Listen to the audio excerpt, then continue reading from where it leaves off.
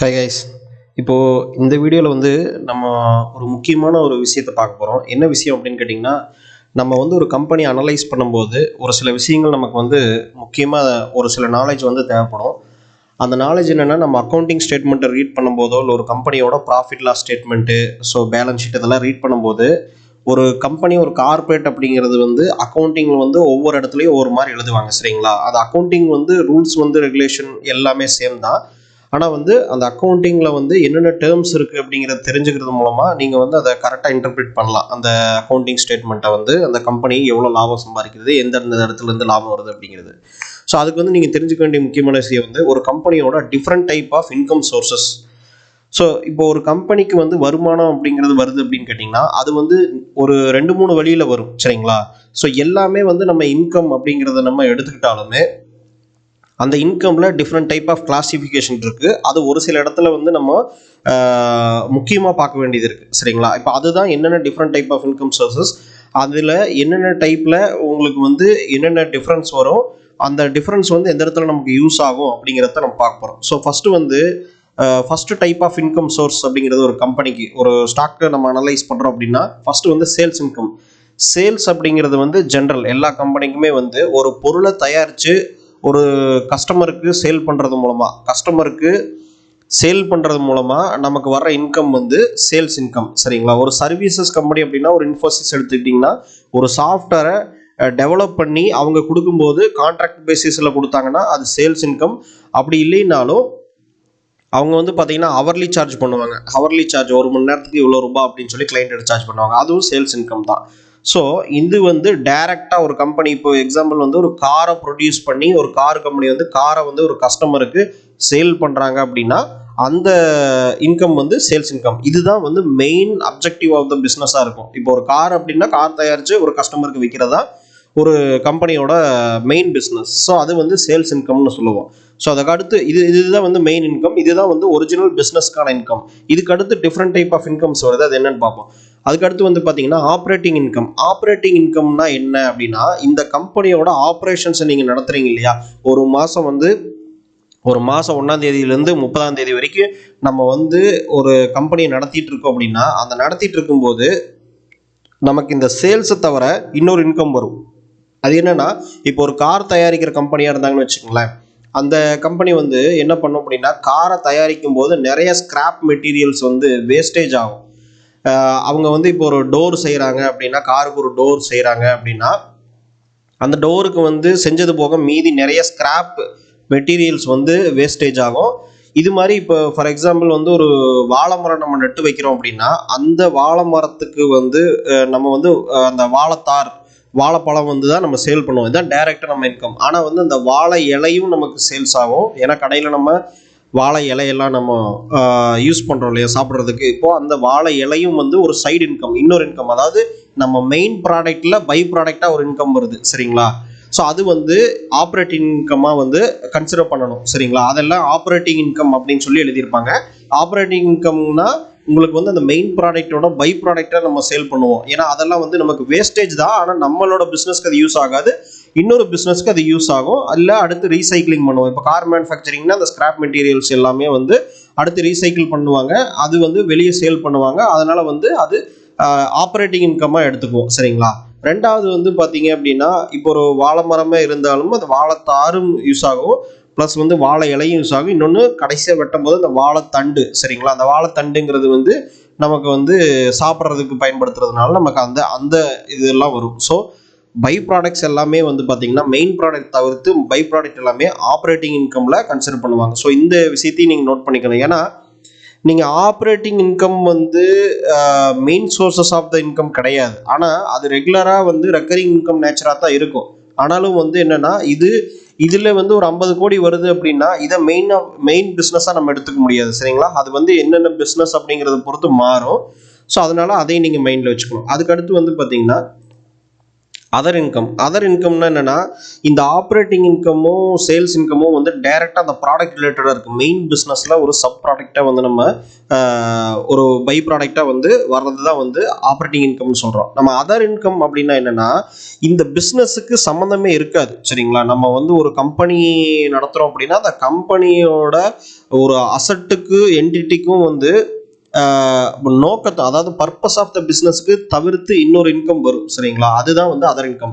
For எக்ஸாம்பிளுக்கு வந்து இப்போ ஒரு கம்பெனி வந்து நிறைய இடத்துல வேர் ஹவுஸ் வச்சிருக்காங்க. அவங்களோட ப்ராடக்டை ஸ்டோர் பண்ணுறதுக்கு வந்து நிறைய இடத்துல வேர் ஹவுஸ் வச்சிருக்காங்கன்னு வைங்க. ஸோ இப்போ அந்த மாதிரி வேர் ஹவுஸ் வச்சிருக்காங்கன்னா, அந்த வேர் ஹவுஸை வந்து காலியாக இருக்குது, இப்போ நிறைய வந்து வேர் ஹவுஸ் வச்சுருக்காங்க, அந்த வேர் ஹவுஸில் ஒரு பாதி இடம் வந்து ஃபில் ஆகாமல் இருக்குது அப்படின்னா, ஏன்னா அவங்க பிஸ்னஸ்க்கு வந்து அது ஃபியூச்சரில் தான் தேவைப்படும்.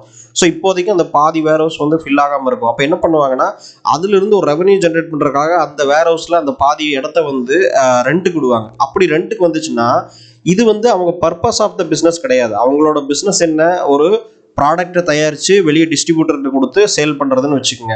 ஒரு பெயிண்ட் கம்பெனி இருக்குன்னு வச்சுக்கோங்களேன். அந்த பெயிண்ட் இருக்குது அப்படின்னா, அந்த பெயிண்ட்டை ஸ்டோர் பண்ணி வைக்கிறதுக்கு ஒரு இடம் இருக்குது. அந்த இடத்துக்கு வந்து இவங்க வந்து ஒரு பர்பஸ், பிஸ்னஸ் பர்பஸ் கிடையாது. ஆனால் பிஸ்னஸ் பர்பஸ் தவிர்த்து ஒரு பர்பஸை வந்து கிரியேட் பண்ணி இவங்க சேல் பண்ணுறதுனால இது ரெண்ட் இன்கம், அது ரெண்ட் வருது. சரிங்களா? அந்த ரெண்ட் வந்து இவங்களுக்கு வந்து அதர் இன்கம்ல தான் கன்சிடர் பண்ணுவோம். சரிங்களா? ரெண்டாவது வந்து இவங்க பணத்தை வந்து ஒரு ஃபிக்ஸ்டு டெபாசிட்ல போட்டிருக்காங்க, இல்லை வேற ஏதோ ஒரு வழியில இன்வெஸ்ட் பண்ணி அந்த இடத்துல வந்து இன்ட்ரெஸ்ட் இன்கம் வருதுன்னு வச்சுக்கோங்க.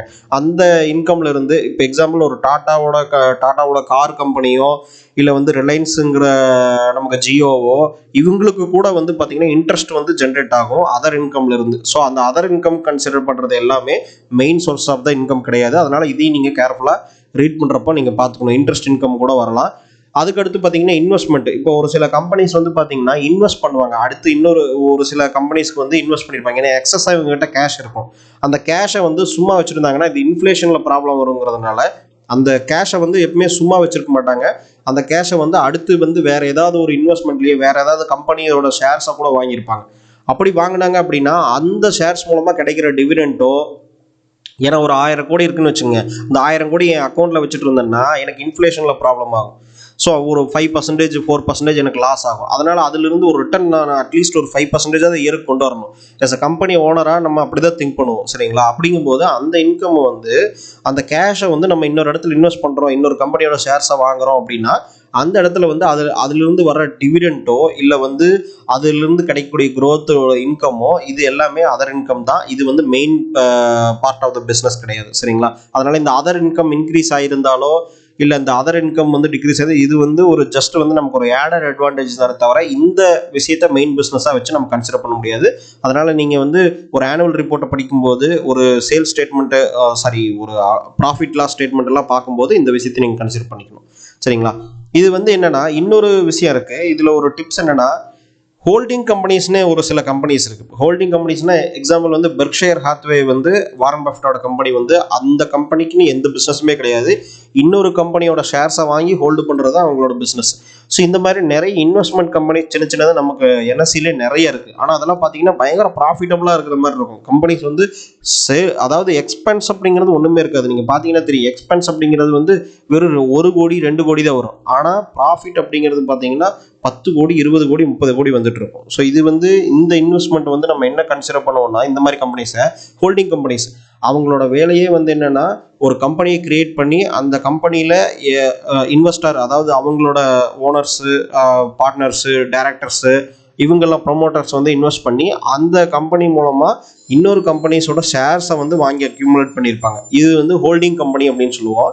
இந்த ஹோல்டிங் கம்பெனி வந்து டைரெக்டாக மற்ற கம்பெனிஸோட ஷேர்ஸை வாங்குறதானே அப்படிங்கிறதுனால இந்த கம்பெனியோட இந்த கம்பெனியில் மோஸ்ட்லி இன்வெஸ்ட் பண்ண மாட்டாங்க. நானும் வாங்க மாட்டேன் இந்த கம்பெனியை. ஏன் வாங்க மாட்டோம் அப்படின்னா, இது வந்து இப்போ நீங்கள் வந்து இவங்க போய் ஒரு டாடா கம்பெனி ஷேர்ஸோ இல்லை வந்து ரிலையன்ஸோட ஷேர்ஸோ வாங்கி வச்சுருக்காங்கன்னா அதை நானே டைரெக்டாக பண்ணிட முடியுமே. இவங்க வாங்கி வச்சிருக்கிறத போய் நான் ஏன் வாங்கணும் அப்படிங்கிற மாதிரி தான் இருக்குது.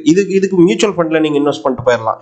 ஸோ அதனால் வந்து இவங்களுக்குன்னு ஒரு பிஸ்னஸ் எதுவும் கிடையாது. இவங்க எதுவும் ப்ரொடியூஸ் பண்ணுறது கிடையாது. நம்ம ஒரு ரீட்டைல் இன்வெஸ்டராக என்ன பண்ணுறோமோ அதே மாதிரி இவங்க ஒரு கம்பெனி ஃபார்ம் பண்ணி பண்ணுறாங்க. அதனால் இந்த கம்பெனியோட ரெவன்யூ க்ரோத்து ப்ராஃபிட் அப்படிங்கிறதெல்லாம் பெருசாக கன்சிடர் பண்ணிக்க மாட்டாங்க. இது ஆக்சுவலாக இது மார்க்கெட்டோட க்ரோத் தான். ஏன்னா அவங்க வாங்கின கம்பெனிஸ் லாஸ் ஆச்சுன்னா இந்த கம்பெனி லாஸ் ஆகும். சரிங்களா?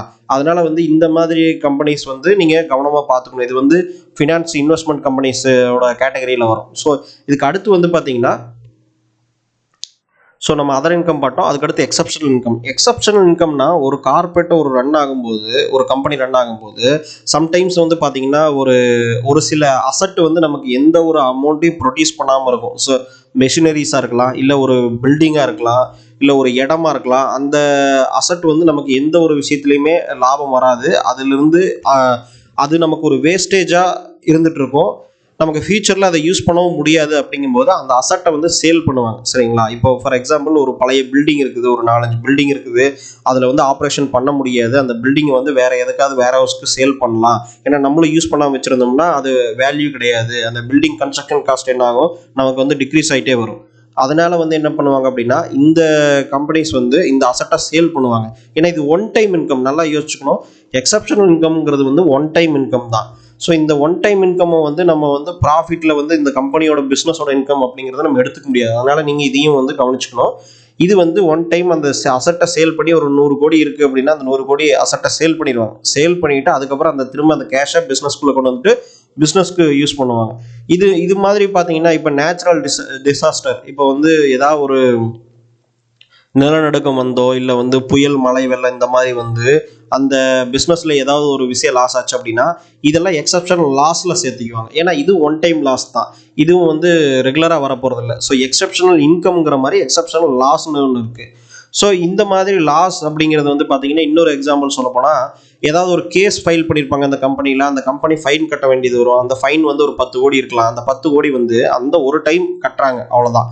ஸோ அதுக்கப்புறம் அவங்களுக்கு அது ப்ராப்ளம் கிடையாது. அது ஒரு டைம் அந்த ஏதாவது ஒரு மிஸ்டேக்னால கோர்ட்டுக்கு ஃபைன் கட்டணும்.